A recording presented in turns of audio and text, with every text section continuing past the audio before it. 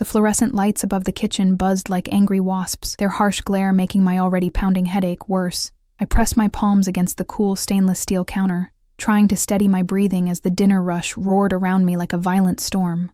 Plates clattered, chefs barked orders in overlapping languages, and somewhere in the chaos, someone had burned the garlic bread again. The acrid smell mixing with sweat, grease, and desperation. "Emma! Table 7 needs water." Marco's voice cut through the noise, sharp with impatience. I grabbed the pitcher with trembling hands, my fingers still aching from the double shift I'd pulled yesterday. 23 years old, working 3 jobs, and I still couldn't afford my mother's medication. The weight of it sat on my chest like a stone, making every breath a conscious effort. I was invisible here, just another struggling waitress in an upscale Italian restaurant in Manhattan's financial district, serving people who spent more on a single bottle of wine than I made in a week. The dining room was a different world. Soft amber lighting, cream-colored walls adorned with expensive art, tables draped in pristine white linen. The air smelled of aged wine, fresh basil, and money. I moved between tables like a ghost, refilling glasses, forcing smiles that never reached my eyes, my reflection in the polished surfaces showing a girl who looked far older than her years. Table 7 was near the window overlooking the street. An older couple barely glanced at me as I poured their water, their conversation about their vacation home in the Hamptons, washing over me like meaningless noise. I was turning to leave when the entire restaurant seemed to shift. The temperature dropped, or maybe it was just my imagination. But every head turned toward the entrance, conversations faltering mid-sentence like someone had pressed pause on the entire room. 3 men entered first, not customers. That much was immediately clear. They moved like predators, their eyes scanning the restaurant with mechanical precision, noting exits, counting people, assessing threats. Dark suits that probably cost more than my yearly rent, earpieces barely visible beneath perfectly trimmed hair. The one in front was built like a wall, his jacket unable to fully conceal the bulk beneath his left arm. Then he walked in. I should have looked away, should have busied myself with refilling water or clearing plates or any of the 1,000 mindless tasks that kept me safely invisible. But I couldn't. No one could. He was tall, well over 6 feet, with the kind of presence that made the spacious restaurant suddenly feel too small. His suit was charcoal gray, perfectly tailored to broad shoulders that tapered to a narrow waist. But it wasn't the expensive clothes that made my breath catch. It was the way he wore them, the way he moved, like a king surveying his kingdom, utterly certain of his dominion over everything and everyone within it. Dark hair touched with silver at the temples, a face that could have been carved from marble, all sharp angles and masculine beauty, marred only by a thin scar that ran from his left eyebrow into his hairline. His skin was olive-toned, Mediterranean, and even from across the room, I could see his eyes were an unusual shade, dark amber, almost gold in the soft lighting. Marco materialized instantly, practically bowing as he escorted them to the best table in the house, a private corner booth that I knew was supposedly booked for the entire week. The 3 guards positioned themselves strategically, one at a nearby table with a clear view of the entrance, another near the kitchen doors, the third standing just behind the booth with his hands clasped in front of him. The man, the one who commanded this small army, settled into the booth with fluid grace. He said something in Italian to Marco, his voice too low for me to hear clearly, but the sound of it rolled through the air like distant thunder, deep, smooth, and utterly confident. Marco bobbed his head repeatedly, then scurried toward the kitchen, nearly colliding with me in his haste. "You speak Italian, don't you?" he hissed, gripping my arm hard enough to leave marks. "My grandmother taught me, but I'm not. You're serving table 12. Now." His eyes were wide with something that looked like fear. "And Emma, whatever he wants, whatever he asks for, you get it. Understand? No mistakes." My stomach twisted. Who is he? But Marco was already gone, disappearing into the kitchen and leaving me standing there with the water pitcher still in my hand, my heart suddenly racing for reasons I couldn't quite name. I approached table 12 on unsteady legs, very aware of the 3 men watching my every move. Up close, he was even more devastating. The scar was the first thing I noticed. A violent slash that should have made him less beautiful, but somehow did the opposite, adding a dangerous edge to classical features. His hands rested on the table, large and elegant, but I could see the faint scars across his knuckles, the calluses that spoke of violence barely contained beneath the civilized veneer. He smelled like bergamot and cedar, expensive cologne mixed with something else, gunpowder, maybe, or leather. Something dark and masculine that made my pulse quicken despite every instinct screaming at me to run. "Buonasera," I said, my voice barely steady. "Posso offrirle qualcosa da bere?" "Can I offer you something to drink?" His head snapped up. Those amber eyes locked onto mine with an intensity that made my knees weak. For a long moment, he simply stared at me, his expression unreadable. The silence stretched until I could hear my own heartbeat pounding in my ears. "Lei parla italiano." His voice was even more hypnotic up close, each word precisely enunciated. "You speak Italian." "Sì, signore. My grandmother was from Napoli." Something flickered in those impossible eyes. "Napoletana. Interessante." He leaned back in the booth, studying me with the same intensity his guards had used to assess the restaurant for threats. "Come ti chiami?" "Emma, signore. Emma Rossi." He repeated my name like he was tasting it, rolling it on his tongue. "Your grandmother taught you well. Your accent is almost perfect. Thank you, sir." I clutched my notepad, trying to ignore the way his gaze made me feel stripped bare, like he could see every secret, every fear, every desperate thought I'd ever had.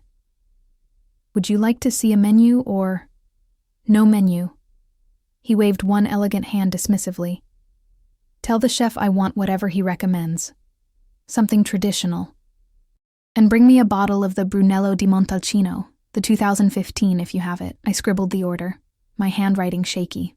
"Of course. Will that be all?" "For now." I should have left then. Should have nodded and backed away and forgotten those amber eyes, and the way they seemed to see straight into my soul. But my mouth betrayed me. "Are you visiting New York, or—" The question tumbled out before I could stop it. Completely inappropriate, completely unprofessional. One dark eyebrow rose. Behind me, I could feel the guards stiffen, their attention sharpening to a razor's edge. But he smiled. Just barely. A curve of lips that was more dangerous than any weapon. "Business," he said simply. "I have interests here." The way he said interests made it sound like a threat. I fled to the kitchen, my face burning. Marco grabbed me the moment I entered. "What did he say? What does he want?" I relayed the order, and Marco went pale. "The 2015 Brunello, that's $800 a bottle. And he wants Giuseppe to cook for him personally?" He crossed himself quickly, muttering something in Italian that sounded like a prayer. "Who is he?" I asked again, more insistent this time. Marco looked at me like I'd just asked why the sky was blue. "You really don't know." He leaned in close, his voice dropping to a whisper. "That's Dante Salvatore. He owns half the shipping companies on the East Coast. Restaurants, construction, waste management. If there's money in it, he has his fingers in it." The way he said it made it clear that shipping companies and waste management were euphemisms for something far darker.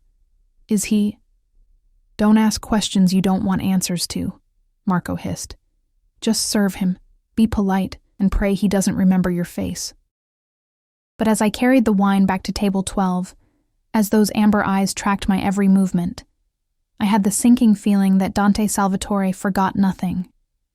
I opened the bottle with shaking hands, performing the ritual of showing him the label, pouring a small amount for him to taste. He swirled it in the glass, inhaling deeply before taking a sip. His eyes never left mine. "Perfetto," he murmured. "You have steady hands, Emma Rossi." I didn't.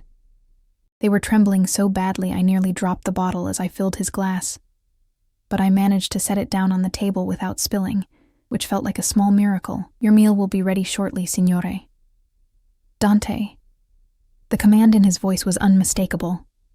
"Call me Dante." Every instinct I had screamed danger. Men like this didn't ask waitresses to use their first names. They didn't look at poor girls with invisible futures like they were puzzles worth solving. They certainly didn't make your skin feel like it was on fire with just a glance. "I should check on your food, Signor Salvatore," I said, keeping my voice professional even as my pulse raced. I turned to leave, but his voice stopped me. "Emma." I looked back. He was standing now, all 6 feet plus of lethal elegance, and suddenly the space between us felt both infinite and non-existent. "That bruise on your wrist." His eyes dropped to where my sleeve had ridden up, exposing the purple fingerprints Marco's grip had left. Who did that? The question was casual. The tone was anything but. "It's nothing. I'm clumsy. Bugiarda." Liar. He said it softly, almost gently. But there was steel beneath the silk. "Someone hurt you." "Sir, I really need to." "Dante." Firmer this time. "And you will tell me who put their hands on you." Behind him, the guard with the wall-like build had shifted forward slightly, his hand moving to his jacket. The temperature in the restaurant seemed to drop another 10 degrees. "My manager," I heard myself say, the words coming out in a rush. "He grabbed my arm when he told me to serve you. He was just nervous." "It's fine." Dante's jaw tightened almost imperceptibly. "What is his name?" "Please, it's really nothing." He didn't mean his name. The command in his voice made my knees weak. This was a man accustomed to absolute obedience, to having his questions answered and his orders followed without hesitation. The veneer of civilization he wore was thin, and beneath it, I could sense something savage and utterly ruthless. "Marco," I whispered. "Marco Benedetti." He nodded once, a sharp, decisive movement. Then his hand reached out, and I froze as his fingers, warm, calloused, impossibly gentle, lifted my wrist. His thumb traced the bruises with a touch so soft it felt like a whisper. "No one," he said quietly, those amber eyes burning into mine, "touches what is mine." Before I could process that statement, before I could ask what he meant, or why my heart was trying to hammer its way out of my chest, he released me and settled back into the booth as if nothing had happened. "Bring my meal, Emma, and tell Marco I wish to speak with him before I leave." I practically ran to the kitchen, my wrist still tingling where he'd touched it, my mind reeling. The food was ready. Giuseppe had outdone himself, creating a feast of handmade pasta, veal, and sides that looked like art. I loaded the plates onto a tray with mechanical precision, trying to ignore the way my hands shook. When I returned to table 12, Dante was on the phone, speaking rapid Italian in a voice too low for me to catch more than fragments. But what I did hear made my blood run cold. "Yes. I want it done tonight. I don't care about his excuses. He made a mistake, and mistakes have consequences." He ended the call as I approached, his expression smoothing back into that mask of cultured sophistication, but I'd heard the ice in his voice, seen the predator behind the prince.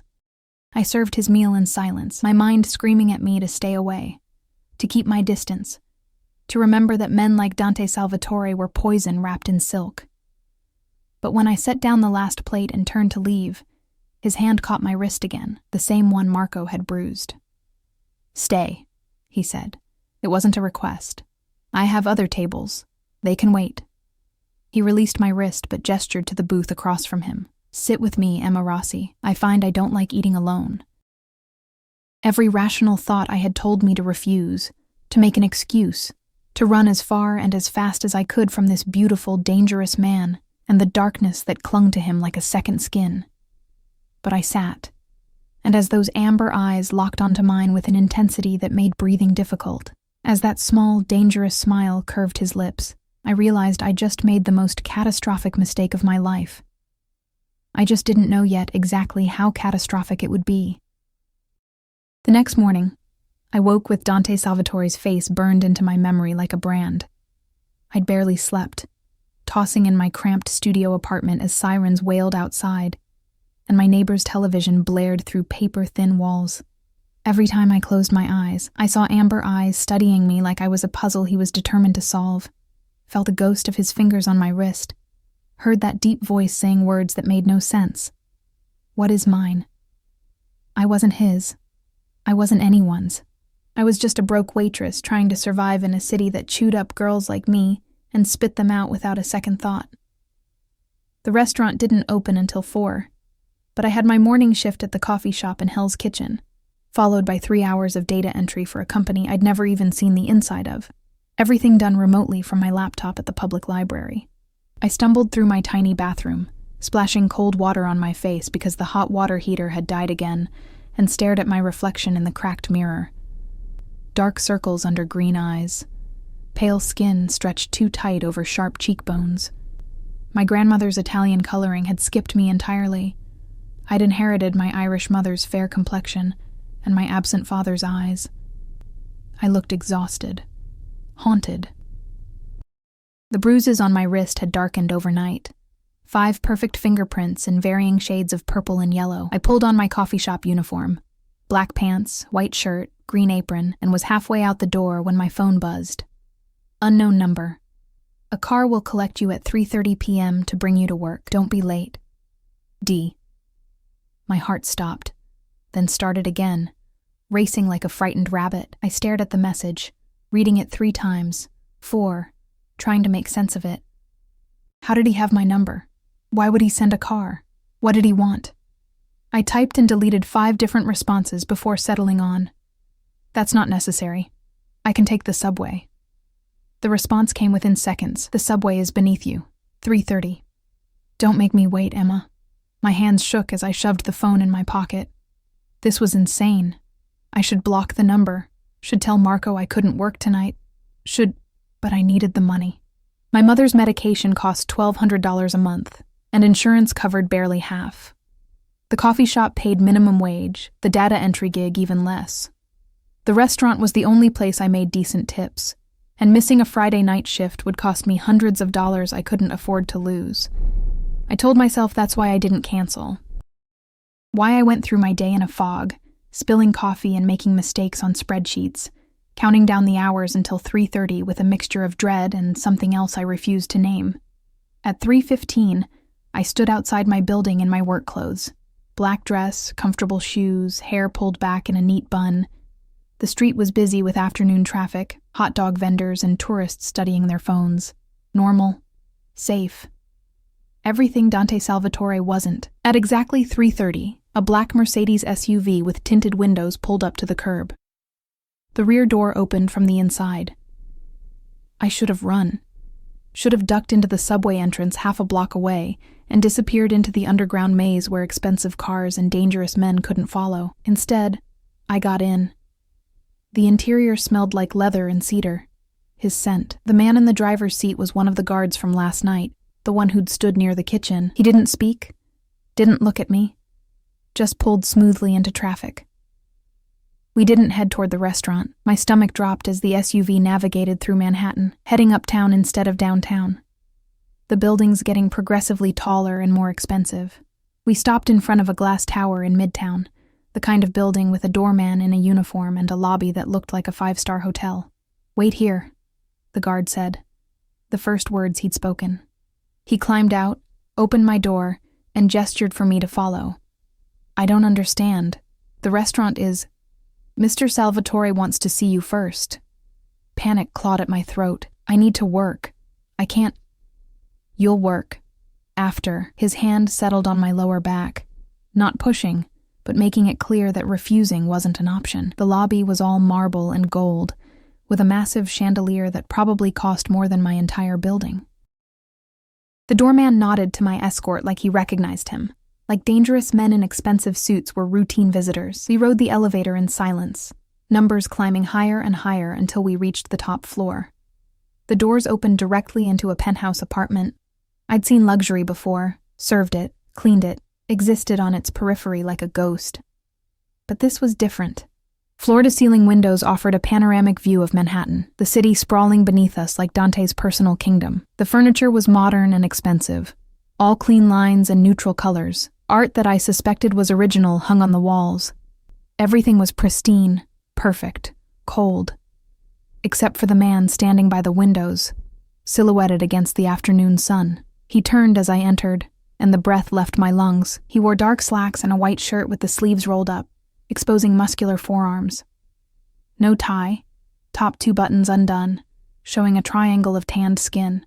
His hair was slightly mussed, like he'd been running his hands through it. He looked younger like this, less like a marble statue and more like a man. A very dangerous man. Emma. My name on his lips sounded like a prayer and a curse. You came. Did I have a choice? The words came out sharper than I intended, fear making me bold. That dangerous smile curved his lips. No, but I appreciate you not making me come collect you personally. He gestured to a cream-colored sofa. Sit. We need to talk. I stayed standing. I need to get to work. Marco no longer works at Bellanotte. He said it casually, like he was commenting on the weather. He resigned this morning. Effective immediately. The room tilted. What? Why? Because I don't tolerate men who put their hands on women. Dante moved toward me with that predatory grace, each step deliberate, especially women under my protection. I'm not under your protection. I don't even know you. He stopped inches away, close enough that I could feel the heat radiating from his body, smell that intoxicating scent of bergamot and danger. You know enough. You're intelligent. I saw it in your eyes last night. You understand what I am. A criminal. The word escaped before I could stop it. Instead of anger, he laughed. A deep, rich sound that sent shivers down my spine. So honest. Most people are too afraid to speak the truth to my face. His hand reached up, and I flinched instinctively. He froze, something dark flashing through his eyes. I won't hurt you, Dolcezza. Never you. His fingers traced my jaw with impossible gentleness, tilting my face up to meet his gaze. This close, I could see flecks of gold in the amber of his eyes, could see the faint scar tissue on his left cheekbone, could count his heartbeats in the pulse visible at his throat. Why am I here? I whispered. Because from the moment you spoke Italian to me, from the moment I saw the intelligence in your eyes and the pride you carry despite your circumstances, I knew you were different. His thumb brushed my lower lip, and I couldn't stop the small gasp that escaped. Because I haven't been able to think of anything but you for 16 hours. Because I want you, Emma Rossi, and I always get what I want. I'm not something you can just take. No. His smile was pure sin. You're something I'll make come to me willingly. Before I could respond, before I could tell him how insane this was, his phone buzzed. He pulled it out with his free hand, still holding my face captive with the other, and his expression went cold. Excuse me. He released me and stepped away, answering in rapid Italian. Che cosa? Quando? What? When? I stood frozen, my face still tingling where he'd touched me, my mind screaming at me to run while he was distracted. But my feet wouldn't move. I watched as his jaw tightened, as violence flickered behind those amber eyes. Find him, he snarled into the phone. I don't care if you have to turn over every rock in the city. Find him and bring him to me alive. I want to look him in the eyes when He caught himself, glancing at me. Switched to Italian.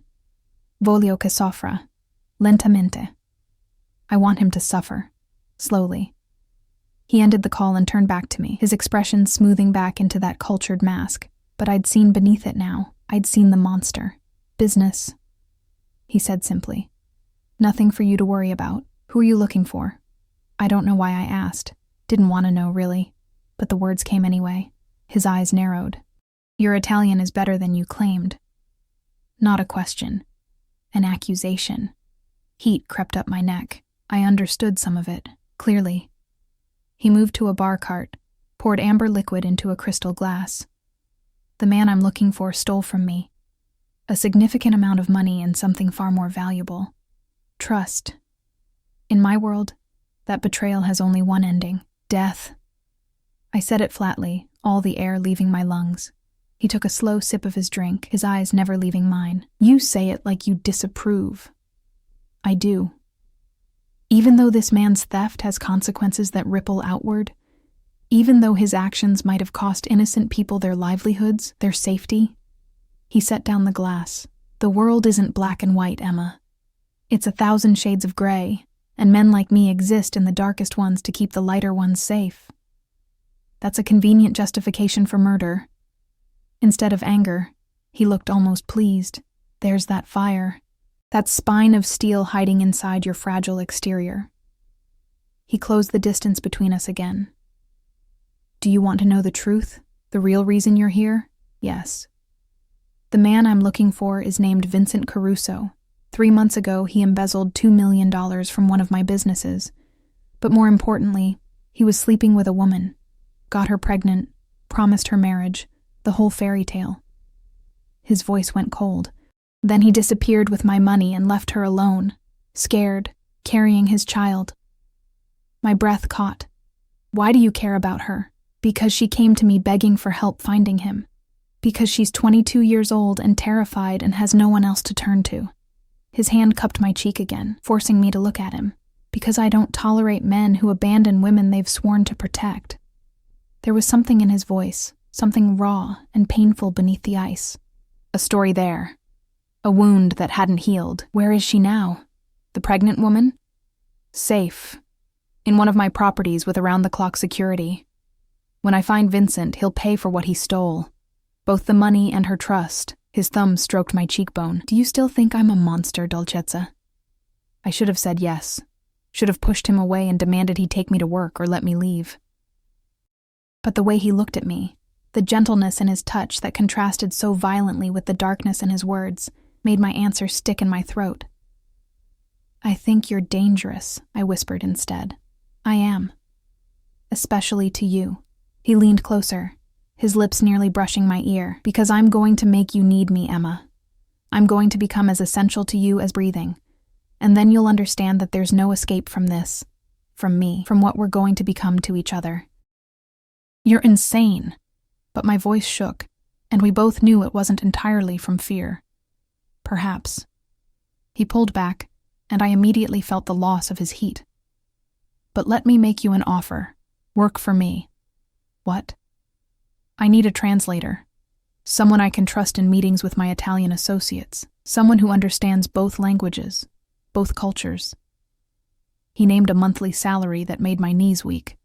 More than I made in 6 months at all 3 jobs combined. You'll work normal hours, have weekends off, health insurance for you and your mother. I stared at him. How do you know about my mother? That dangerous smile. I know everything about you, Emma. Your mother's illness, your 3 jobs, your student loans, the fact that you survive on protein bars and coffee because you can't afford real food. He moved to his desk, pulled out a folder, and handed it to me. I know you graduated top of your class in linguistics, that you were accepted to Columbia's graduate program but couldn't afford to attend, that you've been invisible your entire life, working yourself to death just to survive. The folder contained my entire life story, employment records, school transcripts, even my mother's medical bills. Violation crashed through me, followed by rage. You had me investigated? My hands shook as I threw the folder back at him. You have no right. I have every right to know about the woman I'm going to make mine. He said it like it was already decided, like I had no say in the matter. Take the job, Emma. Let me give you the life you deserve. I don't want your charity. It's not charity. I need someone with your skills. The fact that I want you in other ways is separate. He stepped closer again, backing me against the window. The glass was cold against my spine. But he was fire in front of me. Say yes. And if I say no? His hand pressed against the glass beside my head, caging me in. Then I'll wait. I'll court you properly, send you flowers, take you to dinner. I'll be patient. His other hand traced down my arm, leaving goosebumps in its wake. But we both know how this ends, Dolcezza. You feel it too. This pull between us, this inevitability. He was right. And I hated him for it. Hated the way my heart raced when he touched me. The way my body leaned toward him like a flower seeking sun. Hated that despite knowing what he was, what he did, I wanted to say yes. I need to think about it. You have until Monday. He released me, stepped back, and I could breathe again. Now, let me take you to work. You're already late, and I won't have them complaining about your punctuality. The drive to Bellinote was silent. I sat as far from him as possible in the back of the SUV, trying to process everything that had happened. The job offer, the investigation, the pregnant woman, and the man who'd betrayed her. The way Dante looked at me like I was already his. When we arrived at the restaurant, he walked me to the door, his hand possessive on my lower back. The hostess's eyes went wide when she saw us together. Inside, I could see the staff staring. Monday, Emma, he murmured in my ear. Give me your answer Monday. Then he was gone, disappearing into the SUV like a dark prince returning to his kingdom, and I was left standing on the sidewalk with my heart in my throat and my entire world tilted on its axis. The shift passed in a blur. Everyone wanted to know about Dante, about what had happened, but I deflected and dodged until they finally left me alone. My tips were astronomical. Word had apparently spread that I was Dante Salvatore's girl, and customers treated me like I was suddenly worth noticing. I hated it. Hated being visible for the wrong reasons. Hated that he'd marked me somehow, claimed me in front of everyone without my permission. But when I counted my tips at the end of the night, over $800, more than I'd made in a month, I couldn't deny the temptation. His job offer would solve everything. My mother's medication, the student loans, the constant terror of one broken pipe or medical emergency away from homelessness. All I had to do was sell my soul to the devil. I was walking to the subway when the black SUV pulled up beside me again. Get in, Miss Rossi. Different guard this time, but same command. I can get home on my own. Mr. Salvatore insists. The door opened. I should have refused. Should have walked away. But it was nearly midnight, and the subway was 30 minutes of being invisible in a metal tube with people who looked through me like I didn't exist. The SUV was warm and safe and smelled like him. I got in. The driver didn't take me home. Instead, we stopped in front of an all-night pharmacy in a better neighborhood than mine. Mr. Salvatore asked me to ensure you pick up your mother's medication, the guard said, handing me a credit card. Use this. Get a 3-month supply. I stared at the black card with Dante's name embossed in silver. I can't. You can, and you will. He'll be very displeased if you refuse. The guard's expression softened slightly. He's not a patient man, Miss Rossi, but he's a generous one. Let him do this. Tears burned my eyes as I took the card, as I walked into the pharmacy and used someone else's money to buy the medication that kept my mother alive. The pharmacist didn't even blink at the price tag. $1,200 that would have taken me weeks to scrape together. When I returned to the SUV, there was a bag on the seat. I opened it to find fresh fruit, good cheese, bread from an Italian bakery, protein that wasn't processed, real food, the kind I hadn't been able to afford in months. The note inside was written in elegant script. You can't take care of anyone else if you don't take care of yourself. Eat. I cried the entire drive home, the guard pretending not to notice. And when I crawled into bed at 2 a.m, exhausted and confused and terrified, I knew I was going to say yes. Not because I wanted to, not because it was smart or safe or right, but because Dante Salvatore had seen me, really seen me, and for the first time in my life, I wasn't invisible anymore, even if that visibility might destroy me. Monday morning arrived with rain hammering against my window and my phone buzzing with a message I'd been expecting and dreading in equal measure. My driver will collect you at 9 a.m. Bring your answer. I stood in front of my closet, staring at the meager collection of clothes hanging there. Everything was worn, faded, wrong for whatever world I was about to step into. Finally, I settled on my only pair of dress pants and a cream blouse that my mother had bought me for college interviews a lifetime ago. The SUV arrived exactly at 9. Same guard, same silence. But this time we drove to a different building.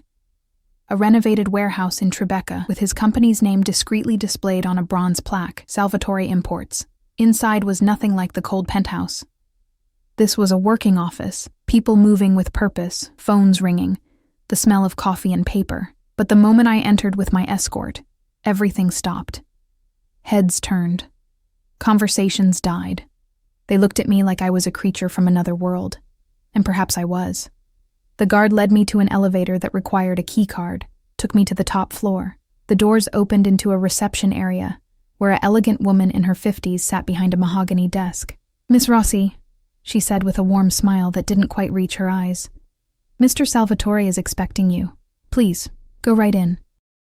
His office was massive, with windows overlooking the Hudson River, and furniture that screamed power and money, but my eyes went immediately to the man behind the desk. Dante stood as I entered, buttoning his suit jacket with practiced ease. He wore navy today, with a crisp white shirt and a tie the color of fresh blood. Every inch the businessman, except for those predator's eyes that tracked my every movement. Emma. He came around the desk, took my hand, brought it to his lips. The kiss was brief, formal, but it sent electricity racing up my arm. You look beautiful. I look poor, I said bluntly, pulling my hand away. Let's not pretend otherwise. That dangerous smile. I've arranged for a stylist to meet with you this afternoon. You'll need appropriate attire for business meetings. I haven't said yes yet, haven't you? He gestured to a leather chair. Sit. Let's discuss terms. I sat because my knees were shaking. He returned to his desk, pulled out a contract, and slid it across to me. Your salary, as discussed. Health insurance that covers both you and your mother. I took the liberty of reviewing her medical needs with my personal physician. He believes he can reduce her medication costs significantly through a different treatment protocol. My throat tightened. Why are you doing this? Because I can. Because I want to. He leaned back in his chair, studying me. Because every time I close my eyes, I see you struggling under a weight no one should carry alone. Because it offends me that someone with your intelligence, your fire, has been made invisible by a system designed to keep people like you in their place. People like me. Poor. Forgotten. Disposable. He said it without malice, just cold fact. The world is designed to crush people like you, Emma. I'm offering you a way out. At what price? I met his eyes. What do you really want from me? He was silent for a long moment, those amber eyes boring into mine. Finally he stood and came around the desk, leaning against it directly in front of me. The truth? Everything. His hand cupped my jaw, tilting my face up. I want you in my office during the day and in my bed at night. I want to dress you in silk and diamonds, want to see you shine the way you were meant to. I want to own every smile, every laugh, every desperate little sound you make when I touch you. Heat flooded through me, followed immediately by anger. I'm not a possession. No. You're something far more valuable. His thumb brushed my lower lip. You're a choice I'm making. The question is whether you'll choose me back. I should have slapped him, should have walked out, but his touch made thinking impossible, made every rational argument dissolve like sugar in rain. This is insane, I whispered. You don't even know me. I know enough. I know you're loyal. You work yourself to death for a mother who barely remembers your name half the time. I know you're proud. You could have taken easier paths, sold yourself in different ways, but you chose dignity over comfort. I know you're intelligent, stubborn, and so goddamn beautiful it makes my chest ache. Pretty words from a dangerous man. I never claimed to be anything else. He released me, pulled something from his desk drawer, a velvet box. But I protect what's mine, Emma, and if you say yes, you'll never be invisible again. You'll never struggle or starve or have to choose between your pride and your survival. He opened the box. Inside was a key. What is this? An apartment, 3 blocks from here, in your name. 2 bedrooms so your mother can live with you, accessible for her wheelchair. I've already arranged for in-home care, nurses, physical therapy, whatever she needs. The room spun. I can't accept this. You can. You will. He took the key out, pressed it into my palm. Sign the contract, Emma. Let me take care of you. Tears burned my eyes because he was offering everything I'd ever wanted wrapped in a package I knew would destroy me. Because this wasn't generosity. It was ownership. He was buying me, piece by piece, making me dependent on him until I couldn't imagine life without him, and the terrifying part was how much I wanted to let him. I need a guarantee, I heard myself say.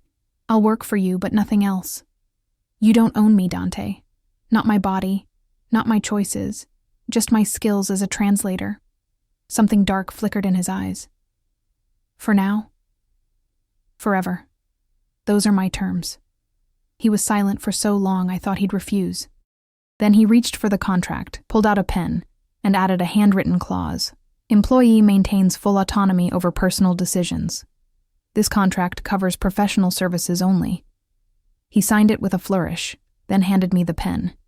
Sign, Emma. Stop being invisible. Let me show you what life can be when someone actually sees you. My hand shook as I took the pen. This was a mistake. Everything in me screamed it was a mistake. But I thought of my mother in that cramped apartment, thought of my own exhaustion, thought of a life where I didn't have to fight every single day just to survive. I signed. Dante's smile was triumphant and terrifying. He took the contract, locked it in his desk, then pulled me to my feet. "Welcome to my world, Dolcezza." His lips brushed my forehead, gentle despite the possession in his eyes. "Now, let me show you exactly what you've agreed to." The rest of the morning was a blur. He introduced me to his staff, mostly men with hard eyes and harder hands, who nodded respectfully, but watched me like I was a ticking bomb. He showed me my office, smaller than his, but still luxurious, with a view of the river and furniture that cost more than my yearly rent. Then came the meetings. I sat beside him as Italian businessmen filed in, discussing shipments and routes and numbers that seemed astronomical. My job was simple: translate, clarify nuances, help navigate cultural differences. But I quickly realized these weren't normal business deals. The way they spoke, the careful euphemisms, the coded language, they were discussing things that had nothing to do with legitimate imports. During a break, I confronted him. "You're smuggling something. What is it? Drugs? Weapons?" He looked at me with something like disappointment. "I told you the world is gray, Emma." "Did you think I meant it metaphorically?" "Answer the question." "Art, antiquities, things that belong to Italy, stolen by museums and private collectors. I return them home." He said it like it was noble.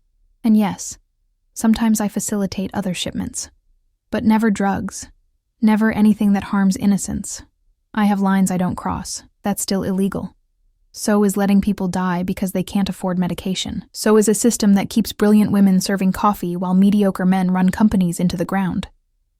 His hand framed my face. "Don't judge me by laws written by people who've never struggled a day in their lives." Before I could respond, his phone rang. He answered in Italian, his expression going cold. "When?" Pause. "Where did they find her?" Longer pause. "Santo Dio, I'll be there in 20 minutes.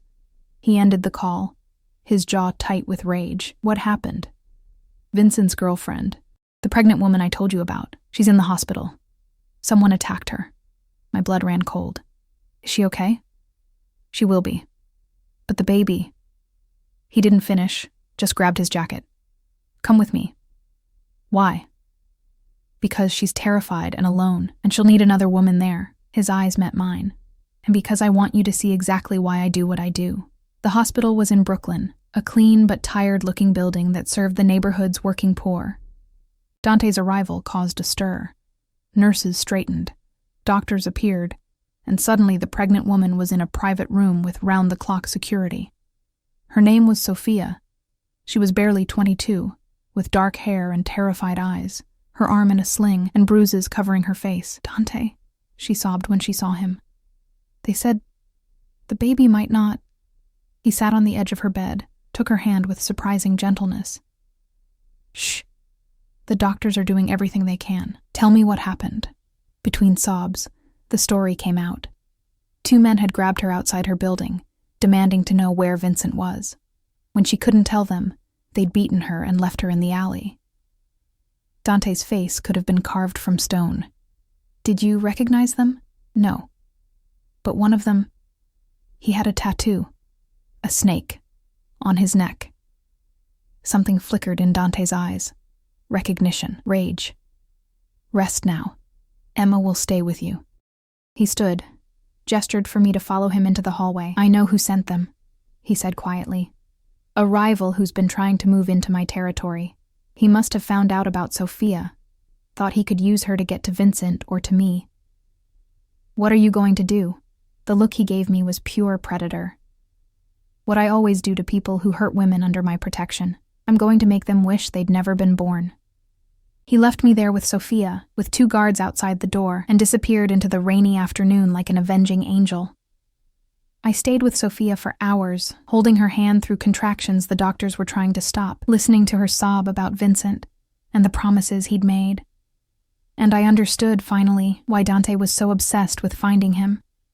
This wasn't just about money. It was about a man who'd abandoned the woman carrying his child, left her vulnerable to this, When the doctors finally stabilized her, when she fell into an exhausted sleep, I stepped into the hallway and called Dante. "How is she?" His voice was tight, stable, the baby too for now. I took a breath. "What did you do?" "What needed to be done. The men who hurt her won't hurt anyone else." "Did you kill them?" "Would it bother you if I had?" I thought about Sophia's terrified face, her broken sobs, the baby fighting to survive. "No," I whispered. "It wouldn't." His sharp intake of breath. "You understand now why I am what I am. I understand that the world isn't black and white, that sometimes the monsters are the men in suits who let women like Sophia fall through the cracks." My voice hardened. "Find Vincent, Dante. Make him pay." "I will. I promise you that." A pause. "My driver will take you to your new apartment. The movers have already transferred your and your mother's belongings. Get some rest, Emma. Tomorrow we continue." The call ended, and I stood in that hospital hallway, staring at my reflection in the dark windows. The woman looking back at me wasn't the same one who'd served Dante Salvatore 3 days ago. That woman had been invisible, powerless, afraid. This woman had power now, had made a deal with the devil and discovered that sometimes the devil protected the people everyone else forgot. And as I rode home to an apartment I hadn't earned but desperately needed, I realized I'd crossed a line I could never uncross. I was Dante Salvatore's now, not his possession, not yet, but his employee, his responsibility, his protected. And God help me, I wasn't sure I wanted to go back. The apartment was everything he'd promised and more. Hardwood floors, floor-to-ceiling windows, furniture that looked like it belonged in a magazine. My mother sat in her wheelchair by the window, a nurse beside her, looking more alert than I'd seen her in months. "Emma?" Her voice was fragile, confused. "Where are we?" I knelt beside her, taking her thin hands. "Home, Mama. Our new home." Over the next few weeks I fell into a rhythm that felt both surreal and dangerously comfortable. I'd wake in my own bedroom, with a real mattress and blackout curtains, make coffee in a kitchen with appliances that actually worked, then ride to work in Dante's car.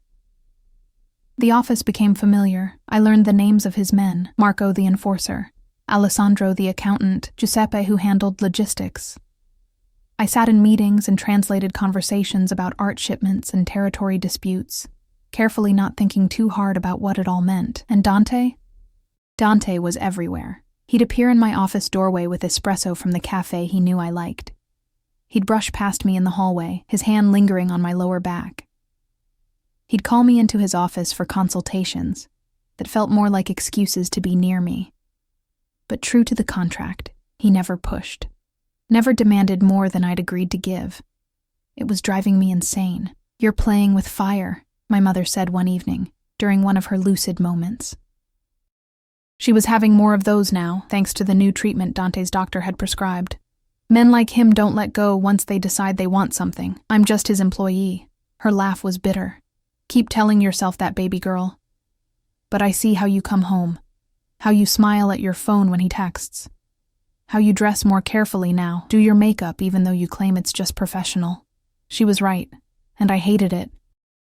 Somewhere between the daily coffees and the lingering looks, and the way he said my name like a prayer, I'd started wanting things I had no business wanting. It all came to a head 3 weeks after I'd signed the contract. I was working late, finishing translations for a meeting the next day, when Dante appeared in my doorway. He'd loosened his tie, rolled up his sleeves, and there was something dark and hungry in his eyes that made my breath catch. "Everyone's gone home," he said quietly. "It's just us. I should finish. It can wait." He crossed the room in 3 strides, pulled me to my feet. "Do you have any idea how difficult these weeks have been? Seeing you every day, wanting you every second, forcing myself to keep my distance? Dante, I dream about you, Emma, every night. I wake up hard and aching, imagining all the ways I want to touch you, taste you, make you mine." His hand slid into my hair, tilting my face up. "Tell me you don't feel it too. Tell me I'm alone in this madness." I should have lied, should have stepped back, reminded him of our agreement, but his scent surrounded me. His heat called to something desperate and hungry inside me, and I was so tired of pretending. "You're not alone," I whispered. His groan was pure surrender. His mouth crashed onto mine, hungry and demanding, and I opened for him like I'd been waiting my entire life for this kiss. He tasted like whiskey and sin, his tongue claiming mine with an expertise that made my knees weak. His hands were everywhere, in my hair, on my waist, sliding down to cut my ass and lift me onto my desk. Papers scattered, my laptop nearly tumbled to the floor, but neither of us cared. I wrapped my legs around his waist, pulling him closer, desperate for more. "Emma," he groaned against my lips. "Tell me to stop. Tell me you don't want this. Don't stop." I pulled at his tie, fumbling with the buttons of his shirt. "Please, Dante, don't stop." He made a sound like a man breaking, his hands sliding under my blouse, finding the curve of my breast through my bra.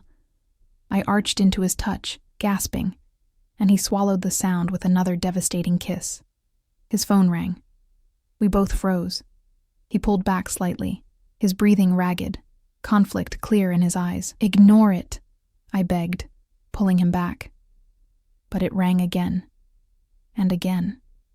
With a curse that would have made a sailor blush, he pulled away completely and answered, "This had better be life or death." Whatever he heard made his expression go deadly cold. "Where?" Pause. "I'll be there in 10 minutes. He ended the call, his jaw tight with frustration and rage. "They found Vincent." I straightened my clothes with shaking hands. "Where?" "Atlantic City, in a casino, living well on my money while Sophia fights for her baby's life." He ran a hand through his hair, and I could see the effort it took him to shift gears, to become the cold, dangerous man instead of the one who'd been kissing me like I was oxygen. "I have to go. Now. Take me with you." His eyes snapped to mine. "Absolutely not. You said you protect what's yours. Sophia is yours to protect, and I've been sitting with her every day. She trusts me. When you bring Vincent back, she'll need someone there." I stood, straightening my spine. "Take me with you, Dante." For a moment, I thought he'd refuse. Then that dangerous smile curved his lips. "You're not just translating anymore, are you, Dolcezza? You're becoming part of this world. Maybe I already am." The drive to Atlantic City took 2 hours in Dante's private car, a bulletproof Mercedes with 3 escort vehicles. I sat beside him in the back, very aware of the guns his men carried, of the tension radiating from Dante like heat from a furnace. "When we find him," Dante said quietly, "stay in the car. What I'm going to do, you don't need to see it." "What are you going to do?" "Make him understand the consequences of his choices." His hand found mine, squeezed gently. "He hurt Sophia, left her alone and vulnerable. In my world, that debt must be paid." We arrived at the Borgata just after midnight. Dante's men had already located Vincent, a private poker room on the high roller floor. We took the elevator up, Dante's presence making the other passengers nervous enough to exit early. The casino was all lights and noise, the smell of cigarette smoke and desperation. Dante moved through it like a shark through water, people instinctively clearing a path. His men flanked us, their eyes constantly scanning for threats. The poker room was behind a velvet rope, guarded by casino security. One look at Dante, one whispered word from Marco, and we were through. Vincent Caruso sat at a table with 4 other men, a pile of chips in front of him and a drink in his hand. He was handsome in a slick way, early 30s, wearing an expensive suit that my money had probably paid for. He looked up as we entered, his face going white. "Dante, I can explain. Stand up." Dante's voice was arctic. "Now." Vincent stood on shaking legs. The other players quickly excused themselves, recognizing danger when they saw it. Within seconds, the room was empty except for Vincent, Dante, his men, and me. "I was going to pay you back," Vincent stammered. "I just needed time to... Where's my money? Most of it's gone. But I can get it back, I swear. Just give me a few months." Dante moved so fast I barely saw it. One moment he was standing across the table. The next he had Vincent pinned against the wall, one hand around his throat. "Sophia is in the hospital," Dante said softly, the quiet more terrifying than any shout. "Your baby might not survive. Do you know why? Because men came looking for you, and when they couldn't find you, they took their frustration out on her." Vincent's eyes widened with what might have been genuine shock. What? No. I didn't know. You didn't know because you ran like a coward. You got her pregnant, promised her a future, then disappeared. Dante's hand tightened. Men who abandon their responsibilities to women don't deserve to breathe my air. Please. Vincent choked out. I'll make it right. I'll marry her, take care of the baby. Now you want to make it right? When there's a gun to your head? Dante released him with disgust. You don't get to decide anymore, Vincent. Your choices are over. He gestured to Marco, who produced a phone and thrust it at Vincent. Call her. Tell her you're sorry. Beg for her forgiveness. With shaking hands, Vincent dialed. I heard Sophia's frightened voice answer, heard Vincent's sobbing apology, his promises to make things right. It was pathetic and desperate and probably sincere in that moment. When the call ended, Dante took the phone back. Marco, take him to the car. We're bringing him back to New York. What are you going to do to me? Vincent's voice cracked. Dante's smile was cold. That depends on Sophia. If she wants you dead, you die. If she wants you to live and be a father to your child, you'll work for me until every penny is repaid, and you'll marry her and be the man you should have been from the start. He leaned closer. But if you ever run again, if you ever make her cry, if you're anything less than the perfect husband and father, I'll make you wish I'd killed you tonight. Understood? Vincent nodded frantically, and Marco dragged him out. I stood there, my heart pounding, staring at Dante. This man who kissed me like I was precious, who bought my mother's medication and gave us a home, had just threatened another man's life with the casualness of ordering coffee. And I wasn't horrified. I was impressed. Emma. He turned to me, his expression softening. I'm sorry you had to see that. Don't be. I crossed to him, placed my hand on his chest. You gave him a choice, more mercy than he deserved. You're not afraid of me. It wasn't a question, but there was wonder in his voice. I'm terrified of you, I admitted. But not because I think you'll hurt me, because of how much I want you to. His eyes darkened. Careful, Dolcezza, say things like that, and I'll forget every promise I made about keeping my distance. Maybe I want you to forget. The air between us crackled with tension. He pulled me against him, his mouth finding mine again, and this time there was no phone to interrupt, no emergency to pull us apart, just his hands in my hair, his body hard against mine, and the terrifying, exhilarating knowledge that I was falling for a man who could destroy me. When we finally broke apart, both breathing hard, he rested his forehead against mine. Come home with me tonight, he whispered. Not to my bed, not yet, but come home with me. Let me hold you. Let me show you that I can be gentle. I should have said no, should have maintained that professional distance we'd pretended existed. But I was tired of pretending, tired of fighting what we both wanted. Yes, I breathed. Take me home.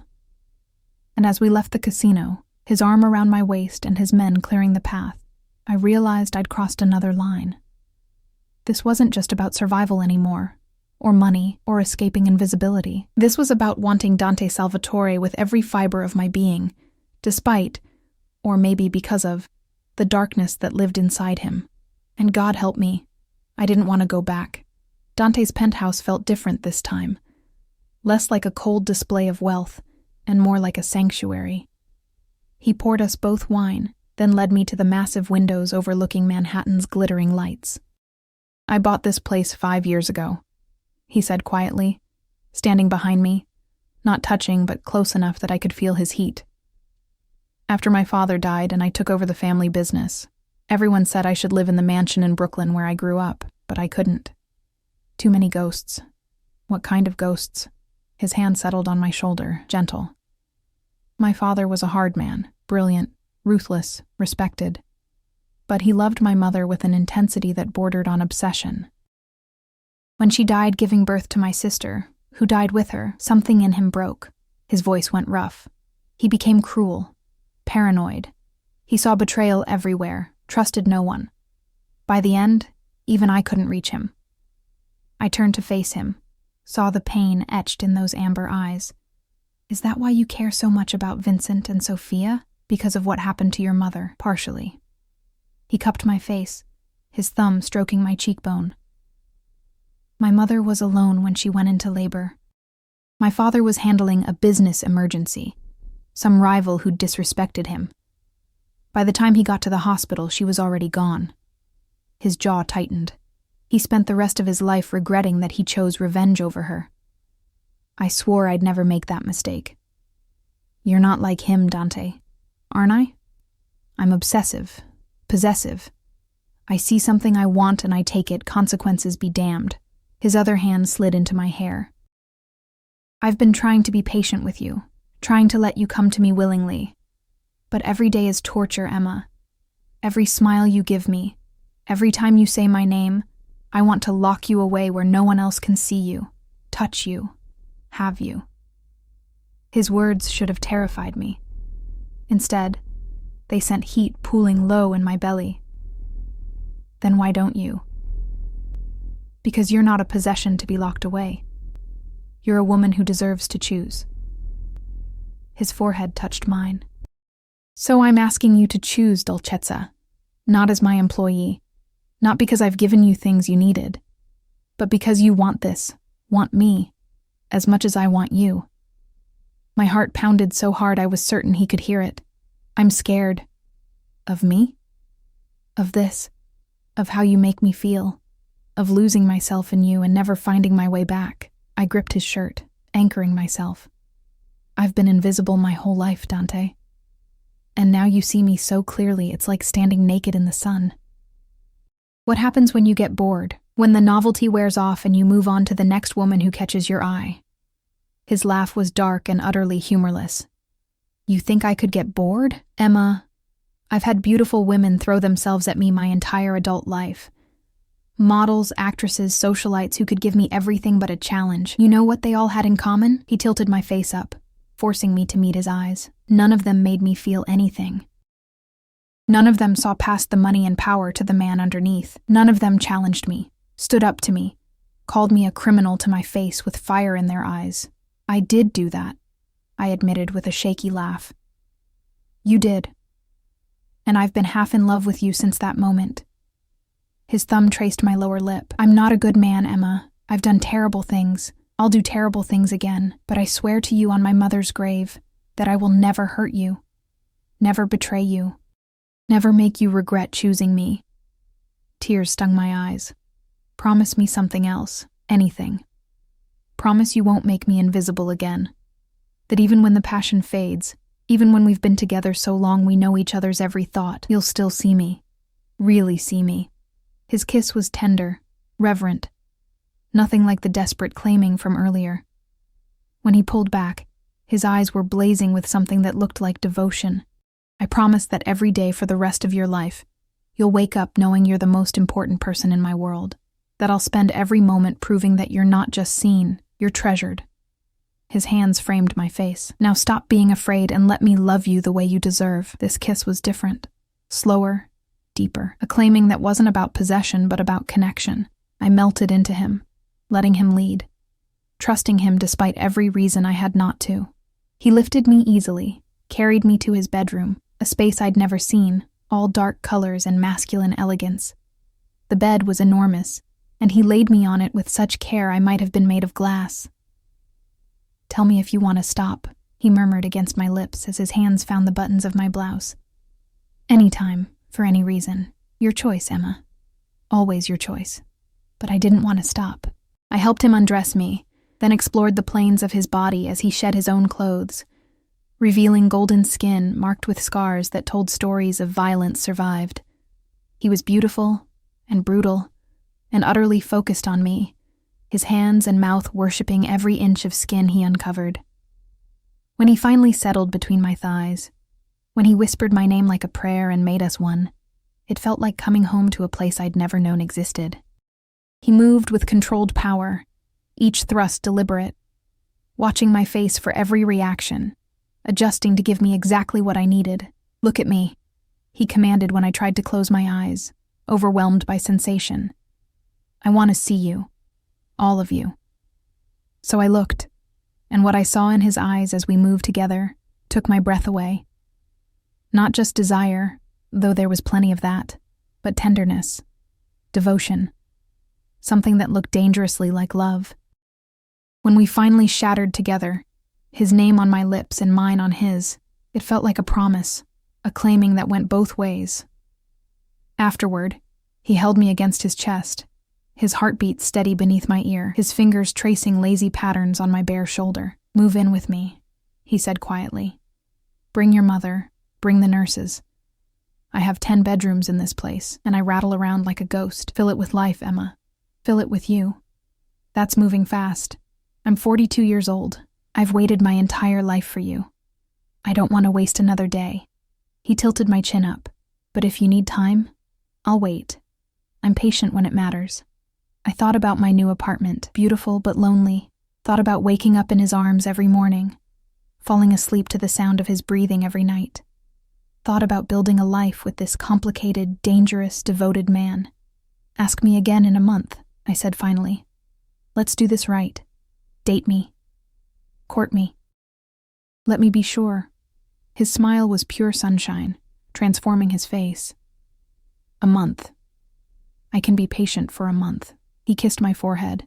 "But Emma, I'm still going to spoil you shamelessly. Still going to send you flowers and take you to dinner and generally make every man in New York jealous that you chose me." "I haven't chosen you yet. You have. You just don't want to admit it." He was right, and we both knew it. The next morning, we went to the hospital together. Sophia was sitting up, color back in her cheeks, her baby, a little girl, sleeping peacefully in her arms. Vincent knelt beside the bed, holding Sophia's free hand, tears streaming down his face as he apologized over and over. Dante had given him a choice, and Vincent had chosen right. He'd signed a contract committing to 5 years of work to repay the debt, had married Sophia in a small ceremony in her hospital room, and now looked at his daughter like she was the most precious thing in the world. "Thank you," Sophia said to Dante, her eyes shining. "For finding him. For giving him a chance to be better." "Thank you for giving him that chance," Dante replied. Then, with uncharacteristic softness, he asked, "May I?" Sophia nodded, and Dante carefully took the baby, cradling her with surprising expertise. Something in my chest cracked, watching this dangerous man hold a newborn with such tenderness. "She's perfect," he murmured. "What's her name?" "Grace," Sophia said. "Because that's what you gave us. Grace." Later, in the car driving back to Manhattan, Dante held my hand and stared out the window. "I want that," he said quietly. "Someday. A family. Children who'll grow up knowing they're loved, protected. A wife who'll keep me human when the darkness gets too close." He looked at me. "I want it with you, Emma. We've known each other less than a month. I knew the moment you spoke Italian to me. The moment you looked at me without fear, even though you should have been terrified." His grip on my hand tightened. "Tell me you don't feel it too, this certainty." I did feel it. This terrifying, exhilarating certainty that Dante Salvatore was going to be my forever, whether I was ready for it or not. "I feel it," I whispered. The month passed in a blur of stolen moments and deliberate courtship. Dante took me to the opera, to tiny Italian restaurants in Brooklyn, to art galleries where he'd point out pieces he'd recovered for museums. He met my mother, charmed her completely, and listened with genuine interest when she told stories about her youth in Naples. He introduced me to his world slowly, carefully, making sure I understood what I was accepting. The violence, yes, but also the strange code of honor that governed it. The protection he offered to people the system had forgotten. The way he saw justice differently than the law did. I met his inner circle, men who'd die for him without question, but who teased him mercilessly about being soft for me. I learned to shoot, because he insisted I be able to protect myself. I became fluent not just in Italian, but in the language of his world. The careful phrases, the coded warnings, the hierarchy that kept everything running. And every night, he took me home to my apartment, kissed me until I couldn't breathe, then left before things could go further. "I'm courting you properly," he'd say with that dangerous smile. "When you come to me again, it'll be because you're absolutely certain. On the night the month ended, I made my decision. I packed a bag, arranged for my mother's transfer to Dante's penthouse, and showed up at his office just before closing. He looked up from his desk, surprise flickering across his face when he saw my suitcase. "I'm sure," I said simply. His chair crashed backward as he stood, crossing to me in 3 strides. "Say it. I need to hear you say it." "I choose you, Dante Salvatore. I choose this life, this world, this terrifying, beautiful thing between us." I gripped his shirt, pulling him closer. "I choose to be visible, to be seen, to be loved by you. And I choose to love you back, despite every logical reason I shouldn't." His kiss was a claiming, a celebration, a promise. When he finally pulled back, his eyes were suspiciously bright. "Marry me," he said, not a question. Never a question with him. "You're supposed to ask. I'm not asking. I'm telling you that I'm going to marry you, make you mine in every legal and spiritual way possible, and spend the rest of my life proving you made the right choice." He pulled a box from his desk drawer. He'd been carrying it for weeks, I realized. "But if you want the question, Emma Rossi, will you do me the honor of becoming my wife?" The ring was perfect. Not ostentatious, not a display of wealth, just a simple platinum band with a diamond that caught the light like captured stars. "Yes," I whispered. "Yes to all of it." We married 3 months later in a small ceremony at a church in Brooklyn, the same church where his parents had married. Sophia and Vincent were there with baby Grace. My mother, lucid and happy, cried through the entire ceremony. Dante's men filled the pews, dangerous men in expensive suits who looked at their boss with something like awe as he promised to love and cherish me for the rest of his life. When the priest said I could kiss my bride, Dante pulled me close and whispered against my lips, "No more invisibility, Dolcezza. From now until forever, you're the center of my world." And as he kissed me, as applause erupted from people who'd become my family, I realized that being seen, truly seen, by the right person was worth any risk, any danger, any darkness. Because Dante Salvatore had looked at an invisible waitress and seen a queen, had taken a woman the world had forgotten and made her unforgettable. And I had looked at a monster and seen a man capable of devastating love. We were imperfect, complicated, probably doomed by conventional standards. But we were also fiercely devoted, completely honest, and utterly certain of each other. 6 months later, I stood in our penthouse looking out at the city that had once made me feel so small, Dante's arms wrapped around me from behind, his hand resting on my still flat stomach, where our daughter grew. "What are you thinking?" he murmured against my hair. "That I used to be invisible, that I used to think I'd always be struggling, always be alone." I turned in his arms, and now I'm so visible it's almost blinding. So loved it's almost frightening, so protected I'll never have to fear being alone again. Never alone, he promised, his lips finding mine. Never invisible, never forgotten.